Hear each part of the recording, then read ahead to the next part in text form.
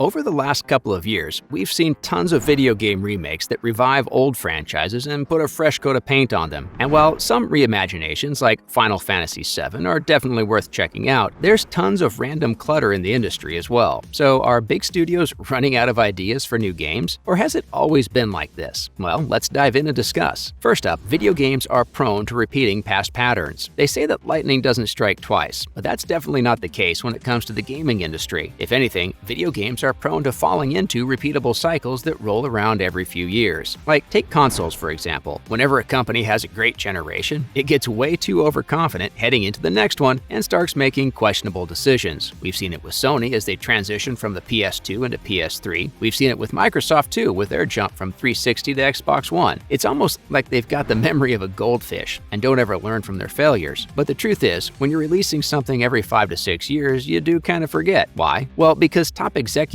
rarely stick around for more than a generation or two, unless you're Nintendo, of course. Coming back to games, though, the point is that we've seen the same things happen over and over and over again. For instance, space horror games were a big thing back in the late 2000s, and after Dead Space 3, the genre kind of died, as indie studios took a more colorful approach to the whole space thing. However, now, after almost a decade, we're back on the same path, with new releases like Callisto Protocol and, obviously, the Dead Space remake. Is it actually easier to develop a remake? The industry repeating itself isn't a super hard concept to grasp. With that said, what is it about remasters and remakes specifically that developers love so much? Like, surely they could make more money by making new games, right? Are people even buying these renewed old games? Well, it's not as simple as that. You see, when it comes to creating a brand new IP, or even a sequel for something, there's a lot that goes into that. You've got to come up with an original story, level design, gameplay loop, and the list goes on. Remakes, on the other hand, are much easier to develop. Yes, they're still made from scratch and can't be compared with remasters, which are more like an up-resed version of a game. Take Resident Evil 2, for example. It's easily one of the best remakes we've ever seen, as Capcom has done an incredible job of translating the game's vibe into a modern